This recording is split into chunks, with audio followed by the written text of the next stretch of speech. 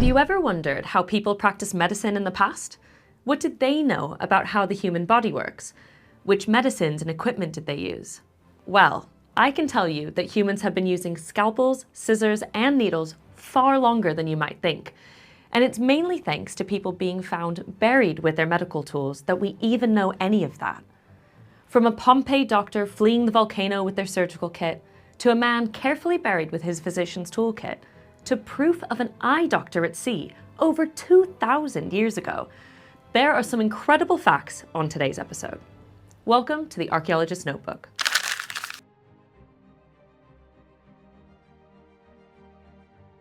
Now, just a forewarning, I am going to be talking about human remains in this video, but rest assured I'll be treating the subject matter with the respect that it deserves. Hey Dirt Nerds, my name is Giselle, and I'm an archaeologist. Today we're talking about doctors, but not modern ones. This wouldn't be an archaeology channel then, would it? We're talking about doctors from thousands of years ago. And before we get into the absolutely fascinating new discovery of the fleeing Pompeii doctor, literally frozen in time, let's head over to my ancestral homeland of beautiful Hungary, where a special burial highlights the love someone had for their profession. Skeletons are unearthed every day by archaeologists all around the world. And if we can, we try our best to deduce a profession. And to be honest, it isn't common that we're successfully able to do this.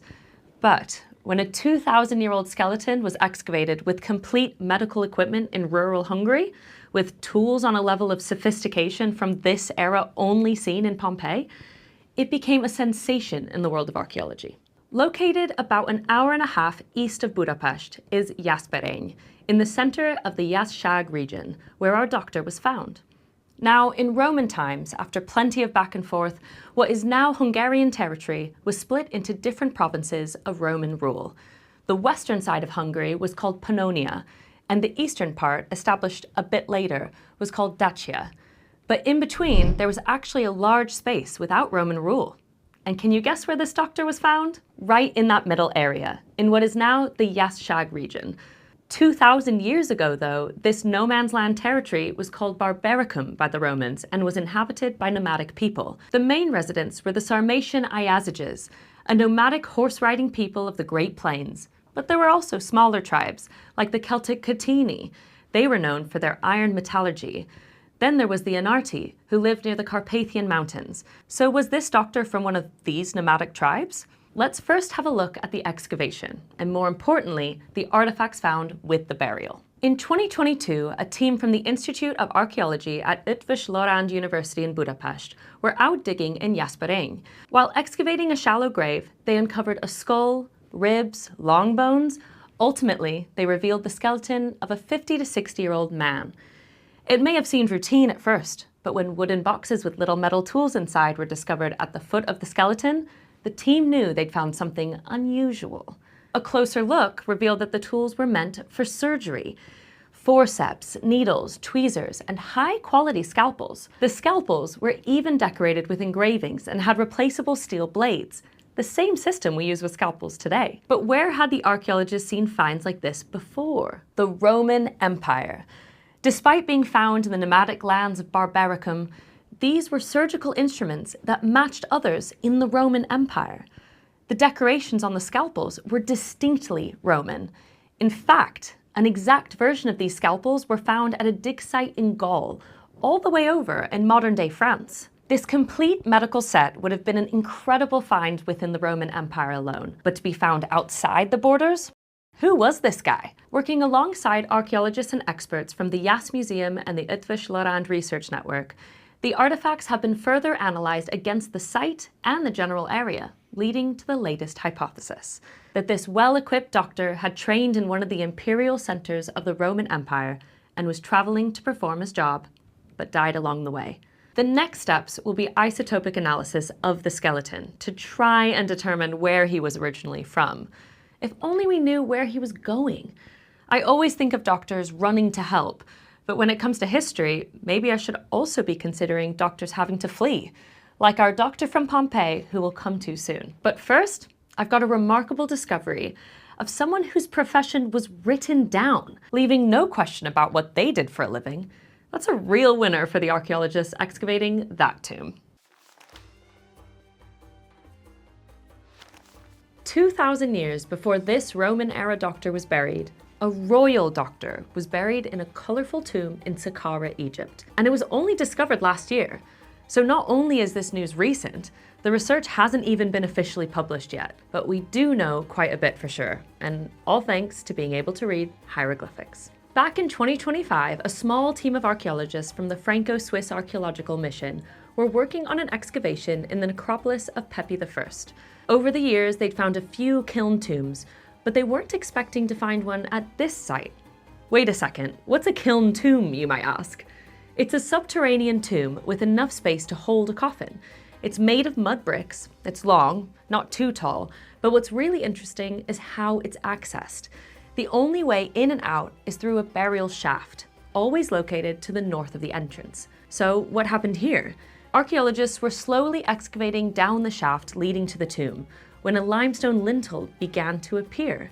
It was in the area above the opening to the tomb, just at the entrance. Hieroglyphs were visible and colourful. 4,000 years since this tomb was made, and you wouldn't think it was that long ago. A lot more digging and careful excavation later, and the full chamber was revealed. Inside, the archaeologists found beautiful blue and green hieroglyphs, a shelf to take things into the afterlife, and a red painted ceiling. Did these hieroglyphs give any clue about who this person was, who had been buried in such an ornate tomb? Absolutely. On that lintel, inscribed in beautiful, large hieroglyphs, were the repeating name and titles of the doctor, Eötvös. The tomb itself had been plundered over time. Unfortunately, this is a pretty common thing to have happened. But luckily, the paintings and inscriptions still provided plenty of information. The doctor held the title of Conjurer of the Goddess Circuit, a goddess associated with scorpions and one who would provide protection from their stings. So this doctor, he was a specialist in venomous bites and stings. But that's not all. He was also a director of medicinal plants and a chief dentist. Now, how in the world did he fit all of these on his business card? These titles let us know that Eötvös was at the top of his profession. With these qualifications, he would have been the main physician at the royal court, meaning he would have treated the pharaoh himself. Now, we don't know which pharaoh or pharaohs, and analysis has really only just begun. But for now, let's take stock in what we do know. Written proof of a doctor and dentist from 4,000 years ago. That's pretty amazing. While our dentist was also a doctor, plenty of dentists in medieval times were also barbers. No thank you. Imagine the same person who trims your bangs is also the one who uses pliers to get rid of that nasty toothache. Yikes. So what about an ophthalmologist? That's an eye doctor for anyone who doesn't speak Greek. We're popping forward in time again to the Romans, and it won't be for the last time in this episode. Don't forget, we're coming up to the incredible case of the Pompeian doctor. But before we do, we're going underwater to a Roman shipwreck that lay near the western coast of central Italy. 2,000 years ago, this coast held the Etruscan city of Populonia, which was a key port along the Mediterranean Sea. The ruins of that city have gone through plenty of archaeological excavations, turning up plenty of incredible artifacts. But let's focus on what was found in the water. The Relitto del Pozzino is a sunken Roman merchant vessel from the 2nd century BCE, named in 1974 after the beach near where it was found. For about 15 years, it lay untouched, until 1989 when underwater archaeologists from the Archaeological Superintendency of Tuscany decided to learn more about the wreck. One of the archaeologists, Enrico Ciabatti, mentioned how difficult it was to excavate. There were marine plants and roots covering the fragile wood and the ship's cargo. So what kind of cargo was recovered? It was definitely a trading ship, that's for sure. Ceramic amphora vessels for carrying wine, glass tableware from the Eastern Mediterranean, and lamps from Anatolia. But when more underwater archaeologists returned in 2004, they discovered something absolutely unexpected: the remains of a 2,000-year-old medicine chest. The wood of the chest was gone, but it was the cluster of the items that told the story. And delicate items like these wouldn't have been tossed in a bag. They would have been carefully organized. There were 136 wooden drug vials, a surgery hook, a mortar, and then quite a few cylindrical little tin vessels called pyxides. A pyxis, or plural pyxides, is typically a cylindrical container from the classical world. It would have a lid, no handles, and would usually hold something small, like jewelry or trinkets, or sometimes medicine. So when quite a few of these little tin pyxides were recovered, it was the thought of what might be in them that had everyone excited. But what if the boxes couldn't be opened? Or if opening them ruined what was inside? Had water seeped in and ruined it anyway? An X-ray was the answer. And one pyxis did have something inside. A series of layered objects. 5 circular, flat, grey things. They looked a bit like ibuprofen, but were much larger, about 4 centimeters in diameter and 1 centimeter thick.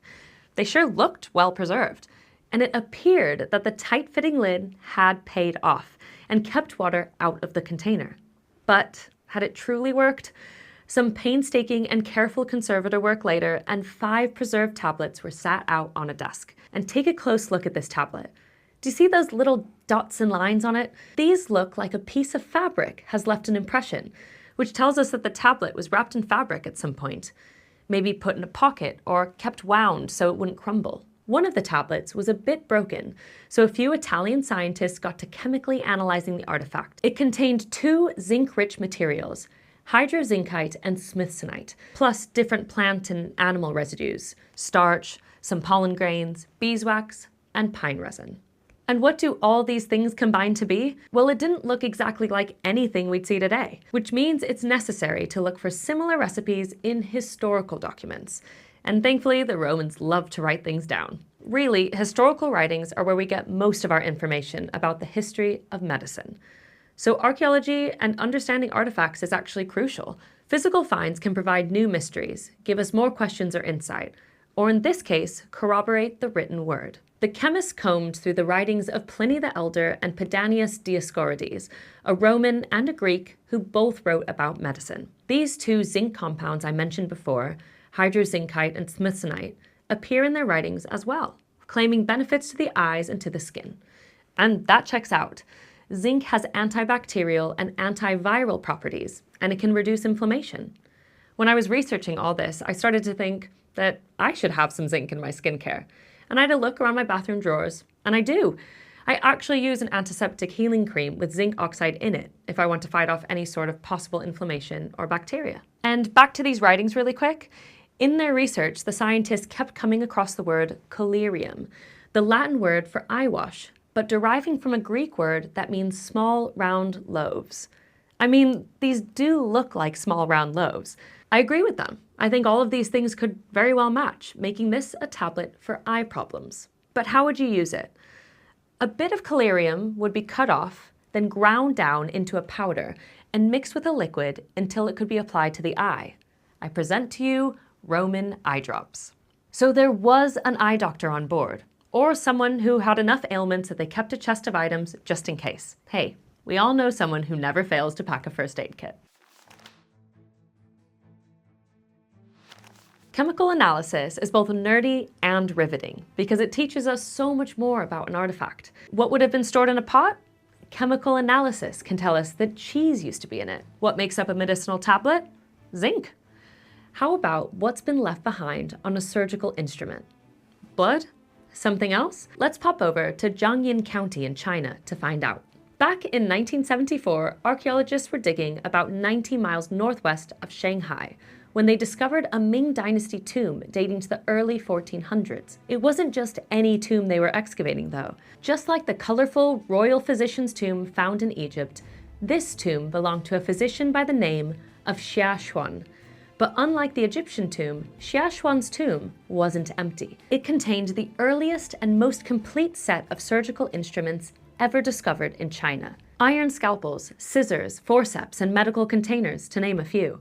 600-year-old instruments. Now I know that doesn't sound so impressive when I started this video talking about 2,000-year-old equipment, but it's actually what's on the artifacts that makes this discovery so impressive. Led by Professor Zhou Zongzhang, the research team used stimulated Raman scattering microscopy. Ever heard of it? It's a non-invasive way to detect microscopic residues using their unique chemical bonds. SRS can detect molecular vibrations, and then map out how different molecules are distributed. That is wild that we can do that.